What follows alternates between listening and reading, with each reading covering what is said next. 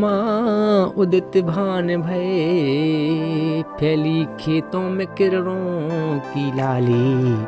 सरसों से हुआ सुरताल में नाचे, चना बजा रो हंस हंस ताली। सरसों से हुआ सुरताल में नाचे, चना बजा रो हंसी हंस ताली।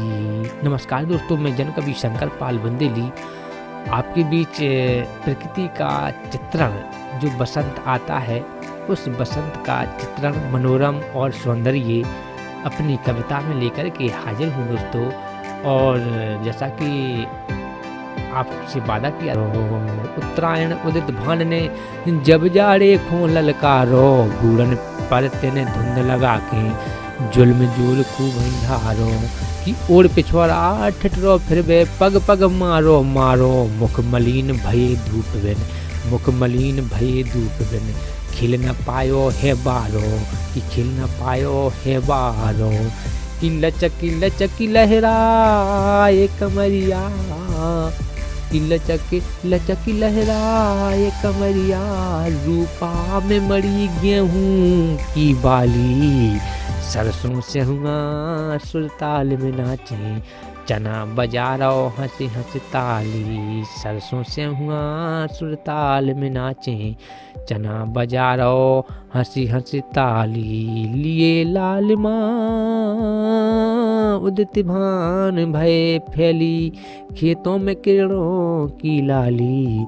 सरसों से हुआ सुरताल में नाचे, चना बजा रहो हंसी हंसी ताली। तो दोस्तों, ये भाषा शैली कठिन है आपके लिए, तो इसको सरल कर दूं तो दोस्तों, हमारे बुंदेलखंड में, भारत में जैसे ही उत्तरायण होते हैं भगवान, यानी मकर संक्रांति के बाद जनवरी, आदि जनवरी के बाद 15 जनवरी से उत्तरायण होते हैं भगवान, तो ठंड का प्रकोप कम जाता है।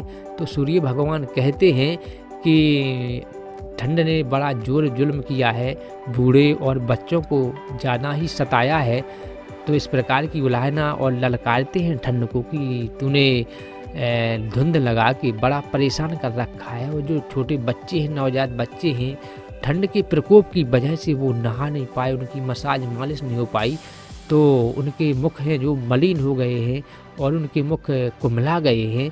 इस प्रकार का तूने जुल्म जोर ढाया है, अब मैं तुझे, तेरी ठंड को यहीं समाप्त करता हूँ। तो दोस्तों, इस प्रकार से सूर्य भगवान जाड़े को ललकारते हैं और लचक लचक लहराए कमरिया। साथ साथ में दोस्तों, प्रकृति का मनोरम चित्रण देखिए कि जैसे ही बसंती बयार शुरू होती है, तो जो गेहूं की बाली है वो सुबह सुबह पूरी की पूरी चांदी के समान लगती है, और वो बयार में जब लहराती है तो बड़ा आनंद आता है दोस्तों। तो इस प्रकार से ये छंद पूरा हुआ।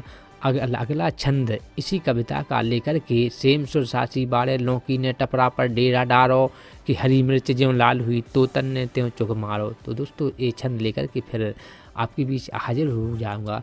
और यह रचना आपको यदि अच्छी लगे और तो कृपया इस रचना को शेयर कीजिएगा दोस्तों में, अपने लाइक और कमेंट से ज़रूर नवाजिएगा दोस्तों। तब तक के लिए नमस्कार, आदाब, जय हिंद दोस्तों।